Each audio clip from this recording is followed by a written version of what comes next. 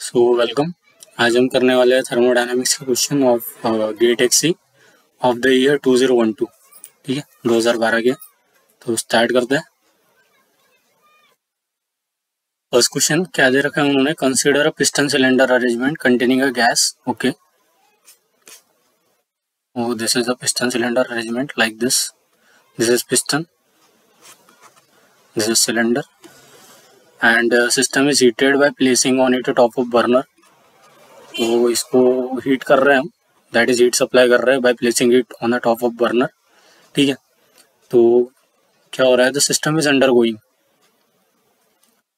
तो ये जो सिस्टम है हमारा क्या है, मतलब piston is moving against the constant atmospheric pressure. ठीक है, तो रेजिस्टेंस क्या हो रहा है, मतलब कांस्टेंट रह रहा है। ठीक है, दैट इज ये जो एक्सटर्नल प्रेशर इस पर लग रहा है, it is nothing but resistance pressure. तो जो इंटरनल प्रेशर रहेगा वो भी क्या रहेगा, कांस्टेंट ही रहेगा, बिकॉज तो gas is expanding against constant external pressure. तो इक्विलिब्रियम में अगर प्रोसेस हो रही है धीरे धीरे, तो बाहर का प्रेशर चेंज नहीं हो रहा है, तो अंदर का भी प्रेशर क्या होगा, चेंज नहीं होगा। तो ये प्रोसेस पूरी कैसे रहेगी, that is P is equal to constant. That is अगर ये थर्मोडायनेमिक प्रोसेस है तो बहुत स्लो होगी, तो बहुत स्लो होगी तो बाहर का मतलब इस पे क्या एक्ट कर रहा है, या एक तो सिस्टम पिस्टन का वेट एक्ट कर रहा है और एटमॉस्फेरिक प्रेशर एक्ट कर रहा है। तो ना तो एटमॉस्फेरिक प्रेशर चेंज हो रहा है, ना तो पिस्टन का वेट, तो अंदर का प्रेशर भी चेंज नहीं होगा when it is moving under equilibrium. कुछ इस तरीके से लिख सकते हैं, that is like this is P naught into A, this is P into A inside pressure and it is mg। तो इक्विलिब्रियम में summation y is equal to 0 for mechanical equilibrium, मतलब पूरे थर्मोडायनेमिक इक्विलिब्रियम के लिए सारे equilibrium होने चाहिए ना। तो net force is 0, that is P naught A plus mg is equal to P A and P is equal to P naught प्लस mg by A। सो यहाँ से कुछ भी नहीं बदल रहा तो P भी नहीं बदलेगा, सो it is nothing but a constant pressure process. तो B is the correct answer for this. ठीक है, देन सेकंड क्वेश्चन क्या दे रखा है, for a pure substance at a triple point. तो ट्रिपल पॉइंट एक ऐसा पॉइंट होता है जहाँ पर सॉलिड, लिक्विड और वेपर तीनों फेजेस क्या करते हैं, एक साथ कोएग्जिस्ट करता है। सो solid, liquid and vapour phases coexist in equilibrium. So D is the correct answer for this.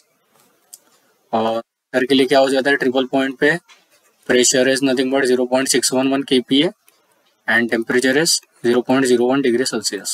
ठीक है, तो ये ध्यान में रख लीजिए, काम आएगा। Then in a saturated liquid vapour mixture the property quality is defined as. तो क्वालिटी को ऐसे डिफाइन करते हैं कि mass of a vapour present in mixture to that of total mass of mixture. So it is nothing but mass of vapour upon mass of liquid plus mass of vapour. So A is the correct answer for this because property is defined like this. ठीक है, wait reason में property का कोई मतलब रहता है, for a saturated liquid it is 0, for saturated vapour its value is 1। ठीक है, देन नेक्स्ट क्वेश्चन पे आते हैं, slope of Mollier diagram at a constant pressure indicates. तो Mollier diagram is basically a plot between enthalpy and entropy. तो Mollier diagram में अगर हम P is equal to constant line बना रहे हैं तो उसका स्लोप क्या इंडिकेट करेगा। ठीक है, तो इसको हम प्रूव ही कर देते हैं, that is from TDS relation we know that TDS is equal to DH minus VDP। Then for constant pressure process क्या हो जाएगा, VDP, change in pressure is 0, so this term will be 0, so it is TDS is equal to DH। Then DH by DS is equal to T and DH by DS is nothing but slope of Mollier diagram for P is equal to constant process. ठीक है, तो it is equal to temperature. तो slope of Mollier diagram at constant pressure indicates temperature. I hope समझ में आया आपको कैसे किया ये। देन नेक्स्ट क्वेश्चन पे आते हैं, क्या दे रखा है, if QL represent the magnitude of heat transfer from a low temperature reservoir to a cyclic device and QH represent the magnitude of heat transfer from a cyclic device to a high temperature. So this is TH, so यहाँ पर QH आ रहा है and it is QL from a reservoir TL। Then for the same QL and QH the coefficient of performance and coefficient of performance of refrigerator or heat pump। तो suppose there is some work input से W, और ये हमने already prove कर दिया है, एक मतलब पिछले मैंने, ये रिपीटेड क्वेश्चन है, बहुत बार आ चुका है, तो आप याद ही कर लीजिए, मैंने प्रूव भी किया है। तो it is nothing but COP of heat pump is 1 plus COP of refrigerator. Simple definition से हम प्रूव कर सकते हैं, वन लाइन है, कर ही देता हूँ। COP heat pump is nothing but QH by W, and COP refrigerator is QL by W. For refrigerator this is desired effect, for heat pump this is desired effect. वो QH can be written as QL plus W from first law, ठीक है। जितनी energy यहाँ पर जा रही है वो किसका सम होगा, QL plus W का। तो QH को हम यहाँ रखेंगे तो ये क्या आ जाएगा, QL plus W by W, that is 1 plus QL by W, and QL by W is COPR. तो COP of heat pump is 1 plus COP of refrigerator, ठीक है। I hope you got it. Then next question पे आते हैं। क्या दे रखा है उन्होंने, Clausius inequality is written as, तो this is the correct statement for Clausius inequality। हमें पता है del Q by T must be less than equal to 0, जहाँ पर इक्वालिटी कब आएगी, जब प्रोसेस रिवर्सिबल होगी एंड साइकिल रिवर्सिबल होगी, एंड इनइक्वालिटी कब आएगी, जब साइकिल इरिवर्सिबल होगी, ठीक है। तो this is the consequence of second law of thermodynamics, और ये भी बहुत बार आता है तो ध्यान में रखिए इसको। Then in a diesel cycle a cylinder volume after and before combustion processes. तो डीजल साइकिल किस तरीके से रहती है, it is PV plot. So 1 से 2 is nothing but isentropic compression, 2 से 3 is isobaric heat addition, 3 से 1 is isentropic expansion, 3 से 4 is, and 4 से 1 is isochoric heat rejection, ठीक है। तो ये 2 से 3 क्या है, कंबशन है, दैट इज हीट एडिशन। तो ratio of V3 by V2, volume before combustion and volume after combustion, इस रेशियो को हम बोलते हैं कट ऑफ रेशियो, ठीक है। तो ये भी डेफिनेशन है कट ऑफ रेशियो की, तो ध्यान में रखिए। नेक्स्ट क्वेश्चन, द एक्सर्जी और availability of a system at a specified state depend upon the condition of both system and environment, ठीक है। तो एक्सर्जी मतलब जैसे क्लोज सिस्टम की या तो ओपन सिस्टम की मान लीजिए, that is availability function can be written as for open system से corresponding to state 1 it is H1 minus H0 minus T0 S1 minus S0, ठीक है।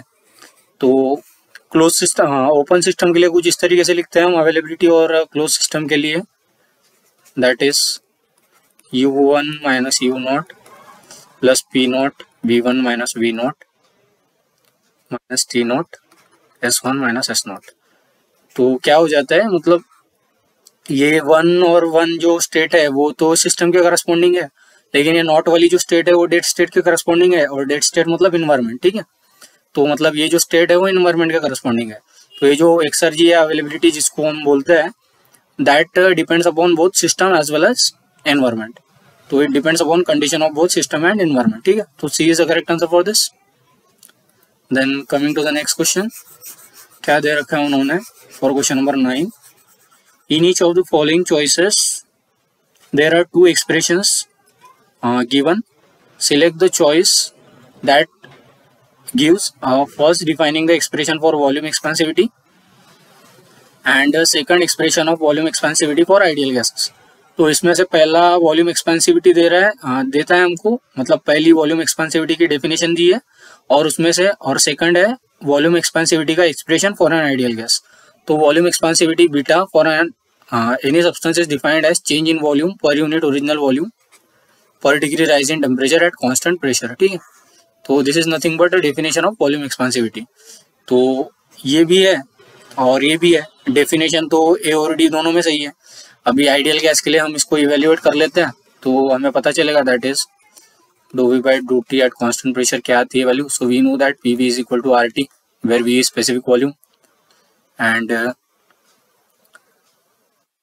what we have to do, that is dou v by dou t at constant pressure is equal to r. So dou v by dou t at constant pressure is equal to r by p.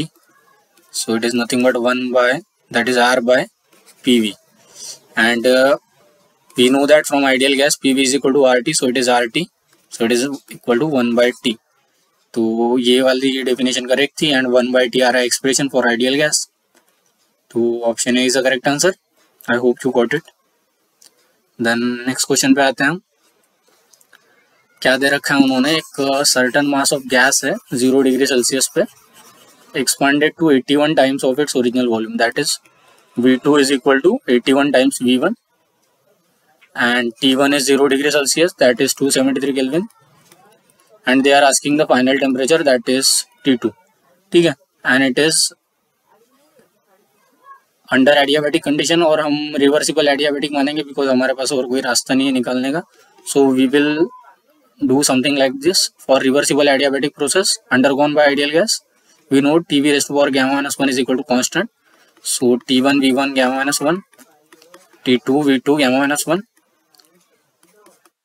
T2 is equal to T1 and then V1 is, that is V1 by V2 raised to power gamma -1. We know that T1 is nothing but 273 and V1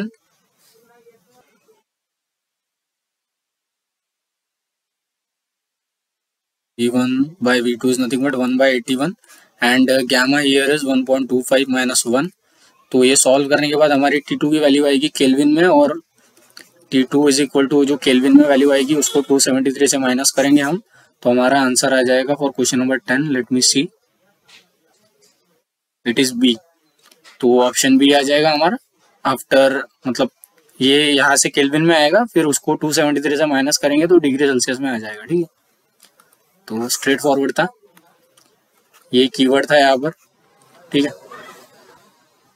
लेकिन हमेशा adiabatic के लिए ऐसा ये apply नहीं कर सकते. This is only for reversible adiabatic, but यहाँ पर और कोई दूसरा रास्ता नहीं था इसके अलावा. ठीक, तो हमें रिवर्सिबल मानना ही पड़ता फाइनल टेम्परेचर निकालने के लिए. Then what we have to do, let's come to the 11th question. तो क्या दे रखा है उन्होंने, एक सैंपल ऑफ गैस है with initial kinetic energy. So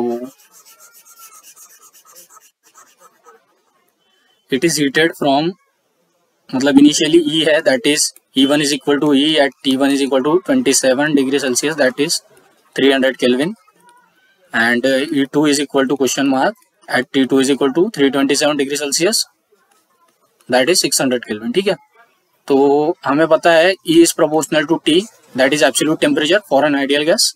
average kinetic energy absolute temperature के प्रोपोर्शनल होती है, तो वही यूज करेंगे हम, that is E2 by E1 is equal to T2 by T1. वो इक्विपार्टीशन ऑफ एनर्जी वाला कुछ लॉ सुना होगा आपने, मतलब मॉलिक्यूलर थ्योरी से, काइनेटिक थ्योरी ऑफ गैसेस के हिसाब से E is proportional to T. Sorry, वो कुछ अलग ही बोल दिया था मैंने. From with the help of kinetic theory of gases ये प्रूव करते हैं हम, that is average kinetic energy is proportional to absolute temperature. ठीक, तो E2 is equal to E1 is nothing but E and T2 is 600 and T1 is 300, so it is 2 times E, so B is the correct answer. ठीक है, और question number 11 B is the correct answer. Then coming to the question number 12, क्या दे रखा है, helium in a piston cylinder assembly at 20 degree Celsius, that is temperature at state 1 is 20 degree Celsius, pressure at state 1 is 100 kPa. It is brought to temperature of 400 Kelvin in a reversible polytropic process, that is PV raised to power n is equal to constant where n is equal to 1.25. ठीक है, तो क्या किया, उसको शुरुआत में इस temperature पे था, बाद में उसको कॉम्प्रेस किया हमने. कॉम्प्रेस करेंगे तभी टेम्परेचर बढ़ेगा. ठीक है, और assume helium to be an ideal gas, molecular mass of the helium is this much.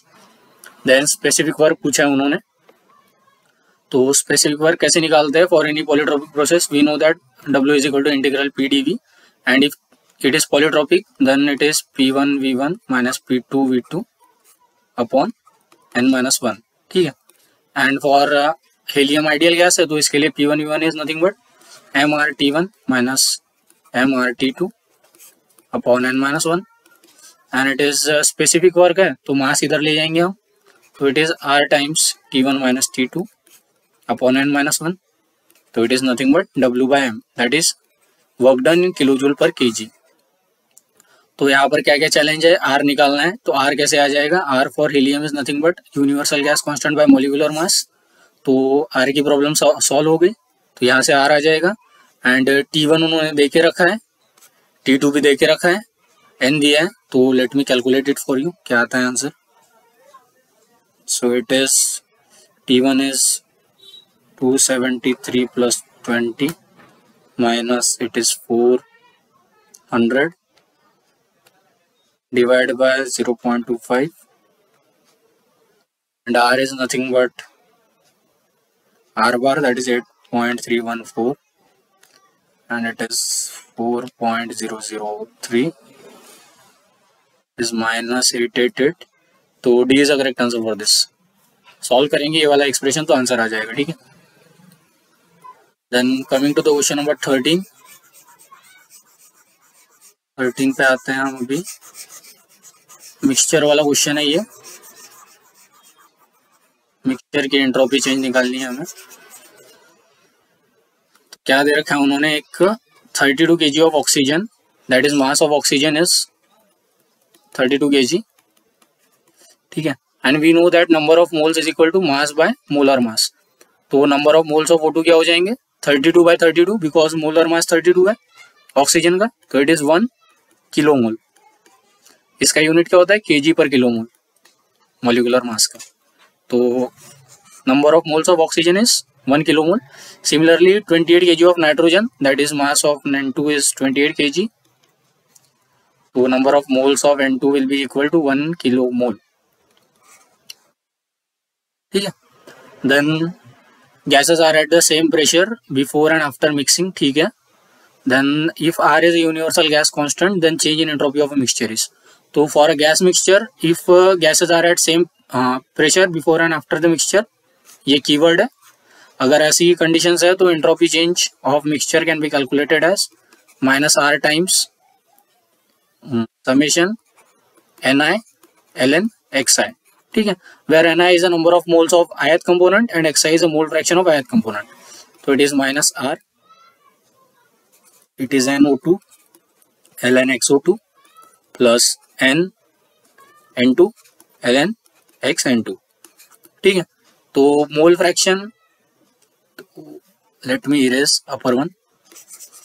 Number of moles दोनों की क्या आए है, 1 ही आए हैं. ठीक है. तो अभी हमें जस्ट सॉल्व करना है इसको.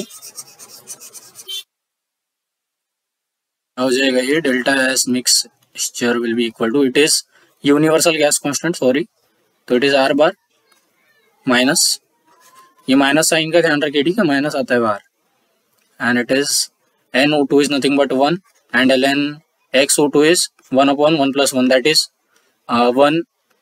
मोल फ्रैक्शन कैसे निकालते हैं ith कंपोनेंट का, xi by summation xi, that is, sorry,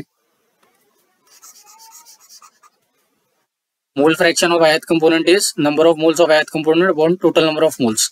तो ith कंपोनेंट मतलब यहाँ पर O2 है, तो O2 का नंबर ऑफ मोल है 1 और total number of mole is O2 + N2, that is 1 + 1. Similarly इसके लिए number of moles of N2 is 1 ln 1/1 + 1. तो ये क्या आ जाएगा, -R बार ln 0.5 × 2. तो इसको सॉल्व करेंगे तो हमारा ये वाला आंसर आ जाएगा, दैट इज ऑप्शन ए. ठीक है. For question number 13 this is the answer. You have to remember this for a mixture. If pressure before and after the, क्या बोलते हैं, मिक्सिंग अगर बदल नहीं रहा है तो ये वाला इक्वेशन आपको ध्यान में रखना है for entropy change of a mixture. Then coming to the question number 14.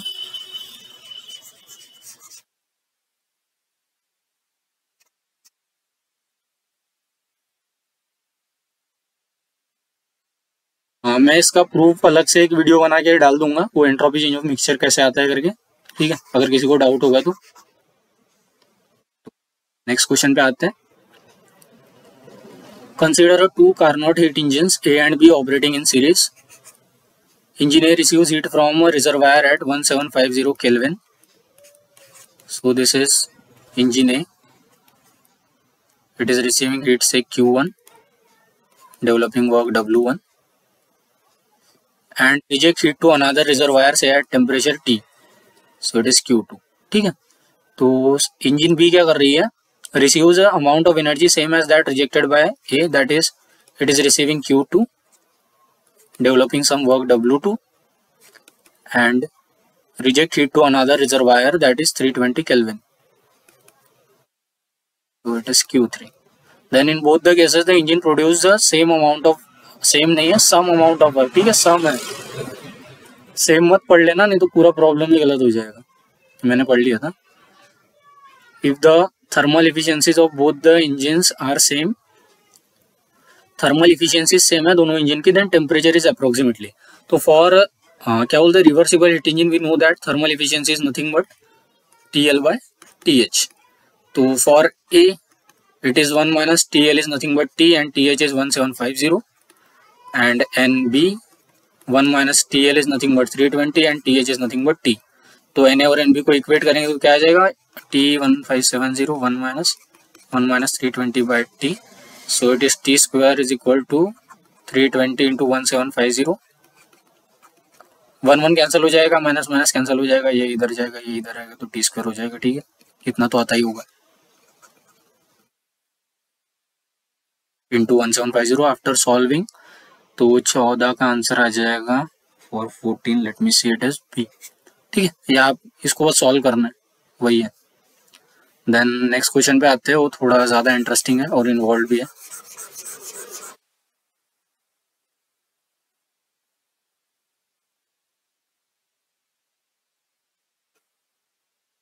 Joule Thomson coefficient निकालना है हमें एक सर्टेन गैस का, जो जिसका इक्वेशन ऑफ स्टेट देकर रखा है उन्होंने, तो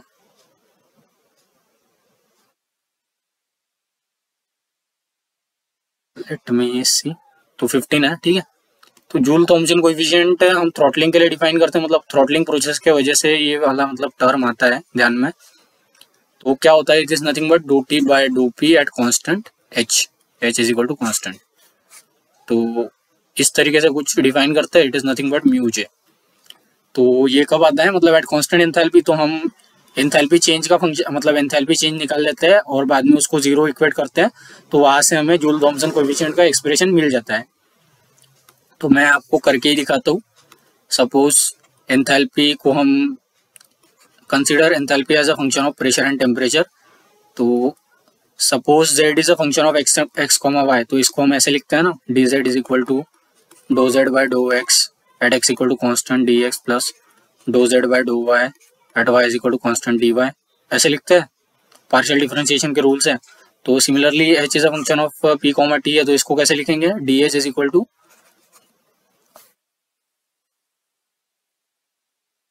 it is doh H by doh T at t is equal to constant times dt plus dou h by dou what we say p at p is equal to constant times dp, तो ये dou h by dou t cp की क्या definition होती है, dou h by dou t at t is equal to constant, sorry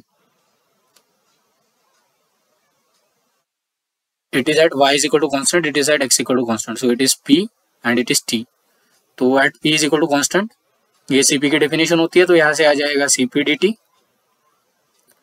plus doh H by dough P at T is equal to constant times D P, ठीक है, because यहाँ पर अगर x constant रखेंगे तो हम मतलब डिफरेंशिएट कैसे कर पाएंगे, ठीक है, वाई कांस्टेंट रख के एक्स के रेस्पेक्ट में डिफरेंशिएट करना है, तो यहाँ पर वाई कांस्टेंट होगा, तो सिमिलरली यहाँ पर पी कांस्टेंट होगा और यहाँ पर टी कांस्टेंट होगा, ठीक है, तो ये आ गया सीपी के डेफिनेशन से। अभी ये हो गया डी एच की वैल्यू, अभी हमें पता है that is T D S is equal to D H minus V D P, okay, देन यहाँ से डी एच की वैल्यू रखेंगे हम, तो it is C P D T plus dH will be equal to TDS plus VDP upon dP, so it is dP and at constant temperature, so let me erase upper one,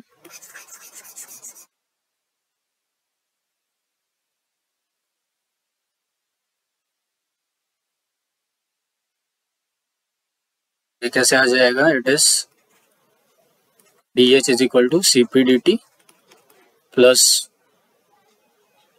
क्या आएगा इसका, it is V, dP dP cancel हो जाएगा, plus T doh S by dough P at constant temperature है ये सारा, सो dP, सो ये भी क्या हो जाएगा कांस्टेंट टेम्परेचर पे,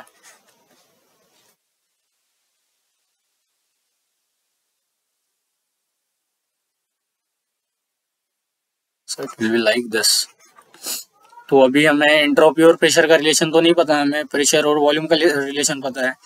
तो हम क्या करेंगे, मैक्सवेल रिलेशन का यूज करके इसको एलिमिनेट करने की कोशिश करेंगे in terms of pressure and volume. तो मैक्सवेल रिलेशन का good physicist has studied under very fine teacher, ये मैंने एक वीडियो बना के रखा है कैसे मतलब मैक्सवेल रिलेशन डिराइव करते हैं सारे। तो ds बाई डी मतलब वर्टिकली मूव करना है हमें, that is ds by D, और इसका diagonally opposite is constant, that is t is constant. So दूसरा रिलेशन ऑब्टेन करने के लिए क्या करना पड़ेगा, अगर वर्टिकली मूव कर रहे हैं तो माइनस साइन लगाएंगे सबसे पहले, देन जैसे इधर मूव किए वैसे इधर मूव करेंगे, that is dv by dt, and v का vertically opposite p, that is constant pressure. ठीक है, तो ये रिलेशन आ गया हमारा। तो यहाँ से अभी हमें क्या करना है, सिर्फ सब्स्टिट्यूट करना है। Substituting, so dh is equal to cp dt plus v minus dou v by dou t at p is equal to constant times t, ये t है यहाँ पर भूलना नहीं है, and it's dp। so for isenthalpic process this is equal to 0, तो ये इसको 0 पुट करेंगे हम, तो it is equal to cp dt plus v minus dou v by dou t at p t dp। तो इसको रीअरेंज करने के बाद क्या आ जाएगा, दैट इज इसको इधर ले जाएंगे तो ये हो जाएगा minus V plus doh V by dough T at P is equal to constant times T 1 by C P, and ये इधर डो टी रह गया था इधर वाला, and it is D P, so it is H is equal to constant. H zero put करने के बाद मतलब डी एच जीरो पुट करने के बाद आया ना, तो it is doh T by doh P at is equal to constant. और जूल थॉमसन कोएफिशिएंट की वैल्यू क्या होती है, it is nothing but equal to Joule Thomson coefficient. तो हमने एक्सप्रेशन निकाल लिया कि अगर वॉल्यूम और टेम्परेचर के बीच में रिलेशन पता है हमें किसी गैस के लिए एट अ कांस्टेंट प्रेशर या किसी भी सब्सटेंस के लिए, तो जूल थॉमसन कोएफिशिएंट हम इस तरीके से निकाल सकते हैं। तो अभी हमारा क्या टास्क बच गया, म्यूजे निकालना है हमें एंड dv बाई dt निकालना है एट कांस्टेंट प्रेशर। तो इस आइडियल गैस के लिए P V minus B is equal to R T. So dv by dt at constant p is nothing but p, and it is 1 minus 0, sorry ये p आ जाएगा, and it is dou v by dou t at p is equal to constant, and b का differentiation 0, r t का differentiation 1, so it is dou v by dou t at constant pressure is nothing but it is r by p। ठीक है, then ये आ गया हमारा r by P, तो फिर mu जे की वैल्यू क्या आ जाएगी हमारी, it is 1 by C P minus V plus T R by P, then T R is nothing but P into V minus B, तो 1 by C P minus we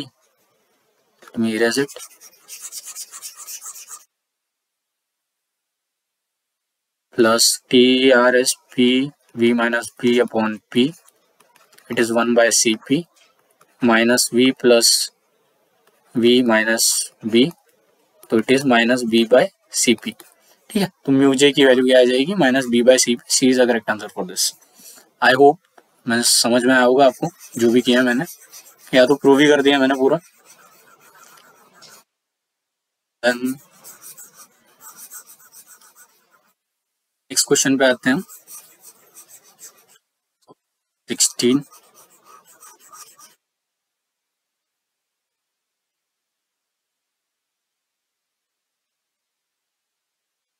तो वो क्या देके रखा है उन्होंने, z is equal to P D V plus 0 D P, and second is z is equal to 0 P V, sorry 0 D V plus V D P.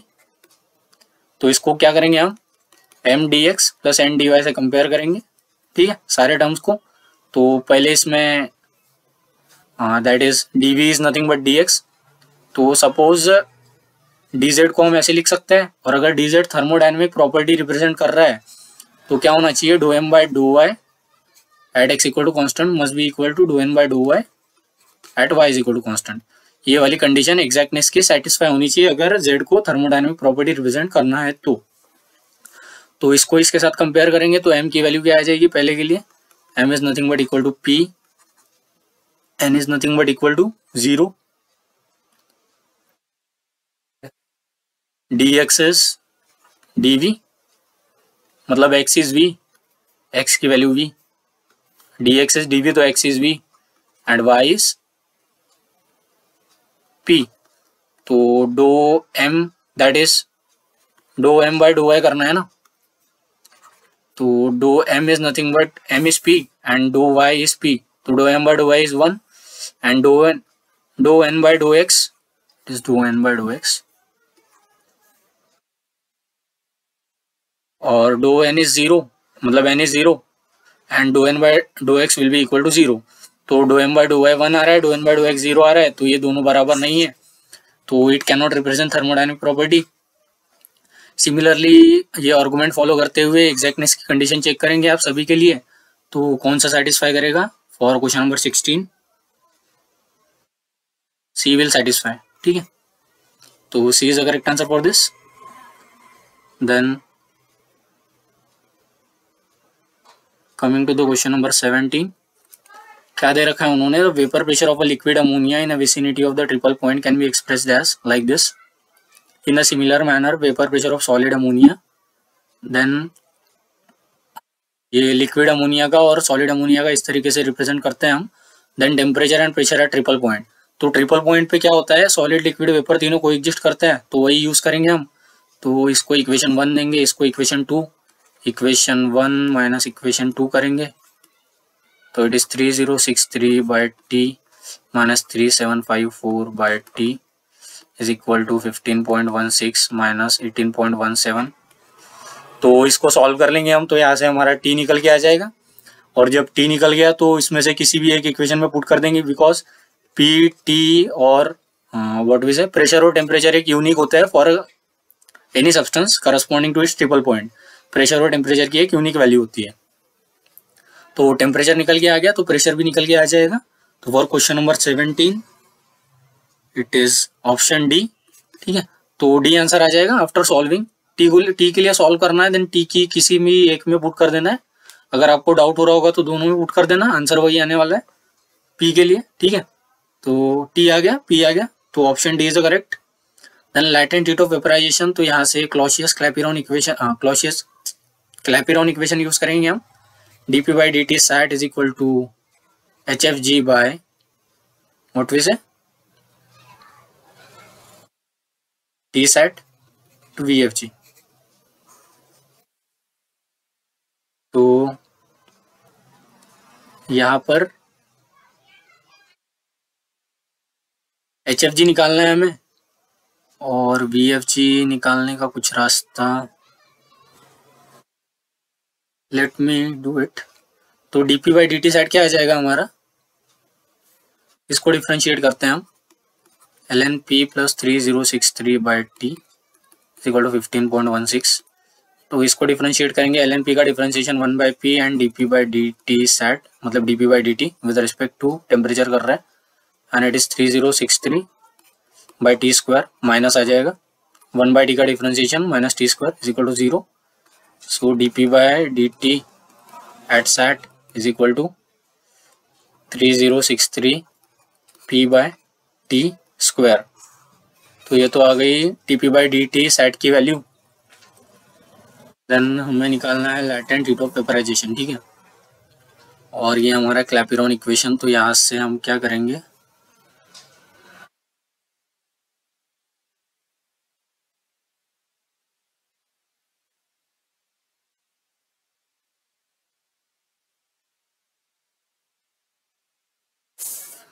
तो हाँ इसको कुछ इस तरीके से करेंगे हम, दैट इज ये वेपर प्रेशर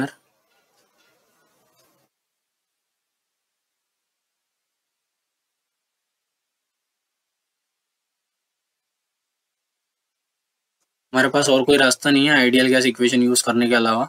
तो dp by dt सेट को कुछ इस तरीके से लिखेंगे, 3063 by P by T square and it is equal to hfg by T square, sorry hfg by T into vfg।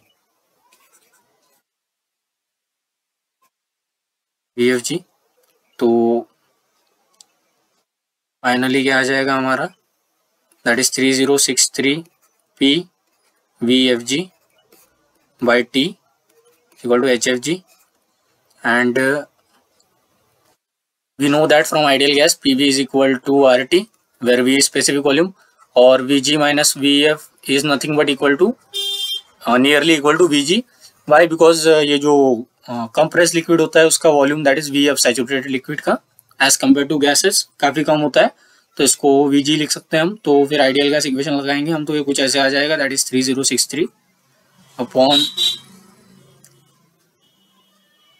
इससे PV by T is nothing but equal to R is equal to HFG. तो let me solve it. 3063 R की value दे रखी है उन्होंने, R की value नहीं दे रखी है, मॉलिक्यूलर मास दिया है, तो हम R कैसे निकालेंगे? It is R is nothing but R bar by M. तो यहाँ से R आ जाएगा, तो फाइनली सॉल्व करने के बाद आंसर आ जाएगा C. ठीक है, ये वाला इक्वेशन यूज किया हमने फॉर कैलकुलेटिंग दिस. आप एक बार ये वाला भी ट्राई करके देखना आंसर आता है क्या, बिकॉज आइडियल गैस अगर अप्रोक्सीमेशन नहीं लेते तो और कोई रास्ता था नहीं इसको सॉल्व करने का मेरे हिसाब से. And C is matching with the answer, so I think C is the correct answer. ठीक है, then coming to the next question, that is question number 20. Wait a second, question number 19 पे आते हैं हम अभी. Consider an ideal reed cycle utilizing steam. Steam leaves the boiler and enters the turbine at 3 megapascal, state 3. So let me draw it on diagram. Suppose this is plot like this, TS plot. Then क्या दिया है उन्होंने कि steam enter कर रही है turbine पे at 3 megapascal and 400 degree Celsius state 3 पे, and then expand to 0.8 megapascal state 4. Boiler में होने के बाद टर्बाइन में कुछ इस तरीके से एंटर की, this is state 3, then it expand to 0.8 megapascal, then constant pressure पे what we say, then it is reheated at constant pressure to state 5. State 5 तक हीट किया उसको to the same temperature that is 400 degree Celsius.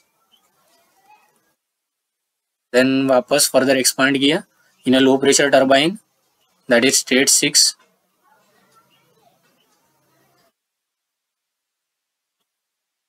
और बाद में condense कर दिया, it is state 6, it is state 1, entry to the pump correspond to saturated liquid state, and state 2 represent inlet to the boiler that is 2, and then 2 से लेके 3 तक representing constant pressure process in the boiler. ठीक है, then तो these are the processes.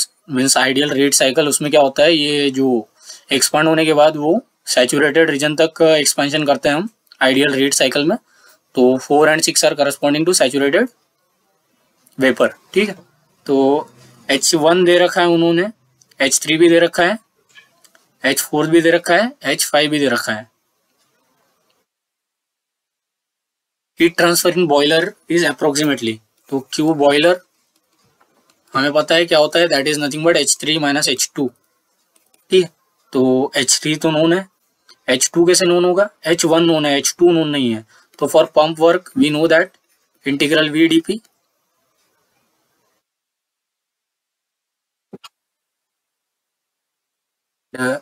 Integral VdP.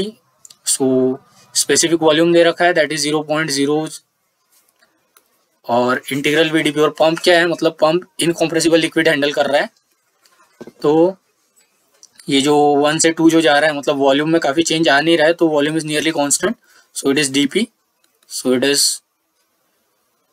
VF corresponding to 10 kPa.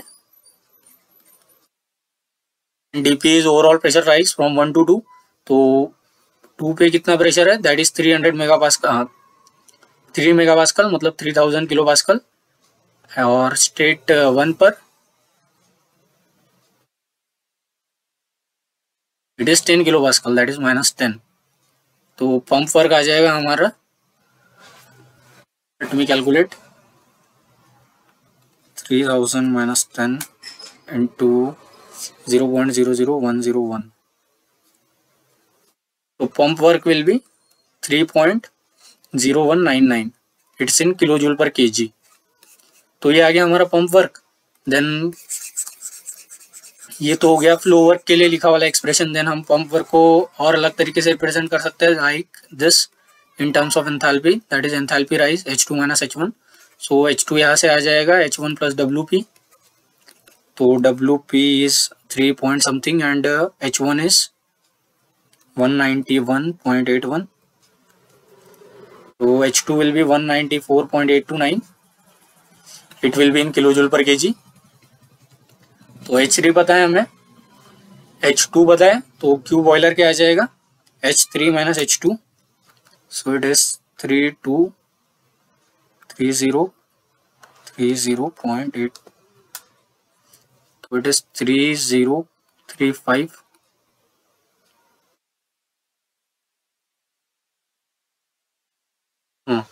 ये यहाँ पर फिर से गलत हो गया कि ये सिर्फ मतलब ये रीहीट साइकिल है ना, सो 2 से 3 में भी हीट एडिशन हो रहा है और 4 से 5 में भी हीट एडिशन हो रहा है, H4 minus H5 बॉयलर में, ठीक है। तो ये तो सिर्फ हो गया एक पार्ट, दैट इज मतलब 2 जगह पर हीट एडिशन हो रहा है ना, और बॉयलर से ही होता है। तो H3 minus H2 हमारा आया 3035.99 एंड H4 minus H5 यहाँ पर भी हीट एडिशन हो रहा है, यहाँ पर भी हीट एडिशन हो रहा है। तो H4 is 2891.6 minus H5 is 3267.97, so it will come out as 376.37। then finally हमारा आंसर आ जाएगा 3035.99 plus 376.37, it is 3412। तो B is a correct answer. Heat transfer in boiler आ गया। अभी नेटवर्क डन निकालना है, तो यहाँ पर तो नेटवर्क डन कैसे आएगा, W net is equal to W turbine minus W pump. तो पंप वर्क तो निकाल लिया है हमने, टर्बाइन वर्क कैसे आएगा, turbine work is WT from 3 to 4 plus WT from 5 to 6 minus WP, ठीक है। तो कुछ इस तरीके से आएगा, 2 टर्बाइन है तो 3 से 4 के बीच में कैसे निकालेंगे, W 3 से 4 is nothing but H3 minus H4, और ये पता है हमें H3 और H4 की वैल्यू, तो हम निकालेंगे सीधे सीधा, दैट इज 3230.82 माइनस 289.6, तो it is 339.22, it's in kilojoule पर केजी। और W56 क्या आ जाएगा, 6 की वैल्यू कहाँ दी है हमें, दैट इज क्वालिटी दे रखी है एट स्टेट नंबर, मतलब at this pressure that is at 10 kilo pascal, quality दे रखी है उन्होंने। सो स्टेट 6 कुछ इस तरीके से मतलब वेट रीजन में आएगा, तो H6 हम निकाल देंगे, that is HF plus X times HFG, ठीक है। और HF क्या आएगा हमारा,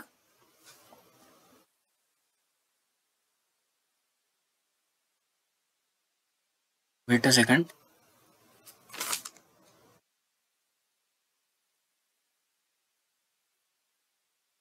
यस उन्होंने Hg दे रखा है, और HF is nothing but enthalpy at state 1 is nothing but HF at 10 kilo pascal, ठीक है, because it is saturated what we say vapour, sorry liquid. तो HFG क्या आ जाएगा, Hg minus HF that is 2584.63 minus HF is nothing but 191.81, तो ये आ गया HFG हमारा 2392। तो इसको हम क्वालिटी से मल्टीप्लाई करेंगे एट स्टेट 6 0.92285, तो X इंटू HFG की वैल्यू आ गई 2208 प्लस HF से प्लस करेंगे इसको, तो इट इज 191.81, H6 आ गया हमारा 2400.02। एंड अगर मेंशन नहीं होता, मैंने ये देखा नहीं था स्टार्टिंग में, अगर मेंशन नहीं होता तो आपको ये सैचुरेटेड वेपर मतलब ये सैचुरेटेड लाइन पे आ रहा है स्टेट 6 ऐसा मानना पड़ता, बिकॉज और कोई रास्ता नहीं होता कैलकुलेट करने का। आइडियल बोला होता और अगर क्वालिटी मेंशन नहीं होती तो ऐसा करना पड़ता आपको, लेकिन क्वालिटी मेंशन है तो अपने तरफ से कुछ मानने की जरूरत नहीं है। H6 आ गया हमारा, then H5 minus H6 is nothing but H5 क्या दे रखा है उन्होंने, इट इज 3267.97। तो यहाँ पर हमारा वर्क कितना मिलेगा हमको 867.94, इट्स इन किलो जूल पर केजी। तो दोनों वर्क को ऐड करेंगे हम तो इट इज 339.22 प्लस ये जो वर्क मिला वो। So total turbine work is 1207.16 minus pump work is minus 3.0199, तो इट इज 1204। तो C is a correct answer for this. ठीक है, देन आई होप समझ में आया आपको ये प्रॉब्लम। देन नेक्स्ट पे आते हैं हम। Coming to the final questions, a piston cylinder arrangement as shown in the figure initially contain air at, so its initial pressure is 150 kilopascal and initial temperature is 400 degrees Celsius or 673 Kelvin. Arrangement is allowed to cool to the ambient T final 20 degrees Celsius. Characteristic gas constant दे रखा है। Cylinder wall has a stop of negligible thickness that can prevent piston from moving down. तो ये नीचे आ रही है piston धीरे धीरे और ये स्टॉप की वजह से क्या हो रहा है, मतलब ये रोकने के लिए है बस पिस्टन को। And the stops are 1 metre from inner side of the base surface of the cylinder. ठीक है, ये बेस से 1 मीटर पर है, वो बताया उन्होंने। At initial state piston is resting about the stop, तो this is the initial state. ठीक है, तो सपोज दिस इज वॉल्यूम से V1 is equal to V से समथिंग, तो V1 is equal to V क्या आ जाएगा, एरिया इंटू 1। ठीक है, and V2 is equal to मतलब at stops, that is stop वाली स्टेट को हम बोलते हैं 2, मतलब जस्ट बिफोर स्टॉप को टकराने के, जस्ट बिफोर स्टॉप को टच नहीं किया है तो जस्ट बिफोर द स्टॉप से V2 is the state just before the stop, just before touching the stop. तो V2 will be equal to A times, so it is total height is 2 and it is A times 1. Why? Because area will remain unchanged and ये जो area है वो तो नहीं बदलेगा और जो हाइट है वो तो 1 हो जाएगी। ठीक है, तो वॉल्यूम कितना रहेगा एयर का, that is A into 1, so it is A, so V2 is A and V1 is 2A। तो V1 is equal to 2A हो रहा है हमारा, तो V2 by V1 is equal to A by 2A, तो V2 is equal to V1 by 2।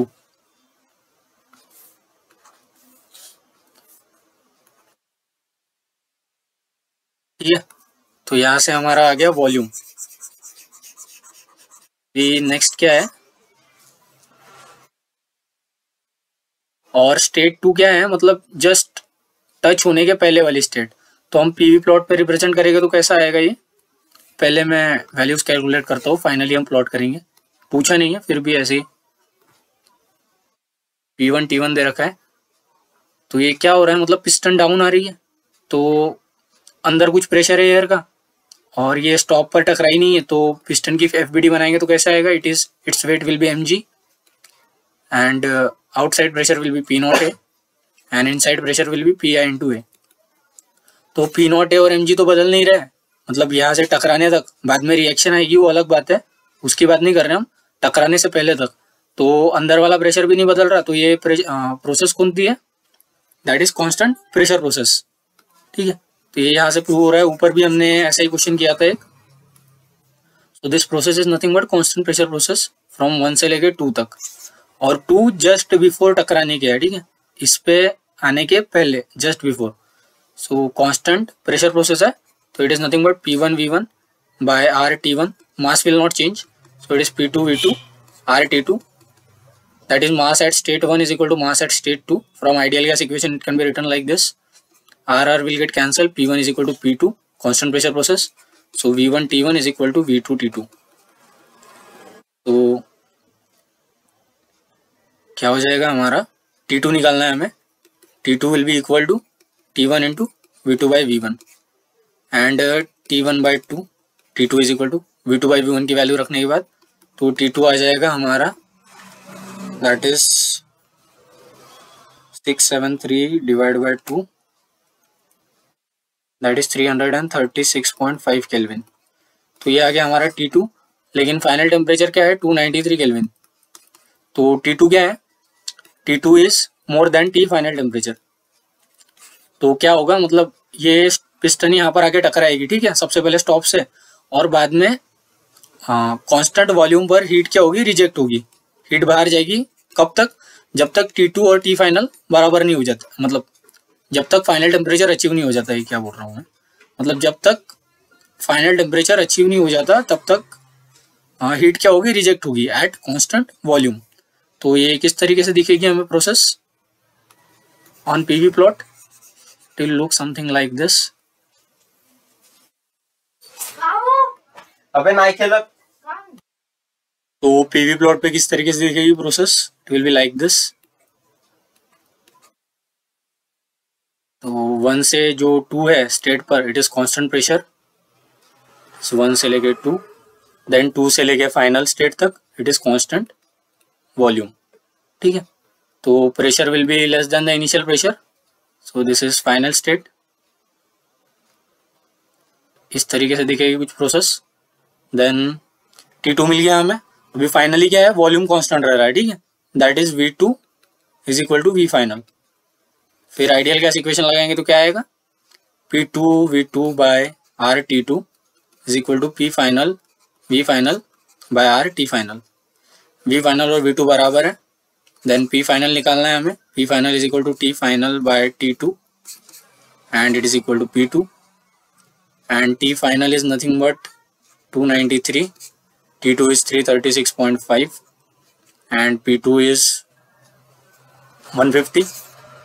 तो ये बिना कैलकुलेट किए भी आ सकता था, कैसे, क्योंकि ये सारे प्रेशर 150 से ज़्यादा दे रखे हैं और ये टेम्परेचर निकालने के बाद हमें पता चल गया है कि यहीं पर रुकने वाला नहीं है, मतलब ये स्टॉप पर आके ही रुकने वाला नहीं है, तो वो और नीचे आने वाला है, मतलब और प्रेशर क्या होने वाला है, कम होने वाला है, बिकॉज हीट रिजेक्ट हो रही है।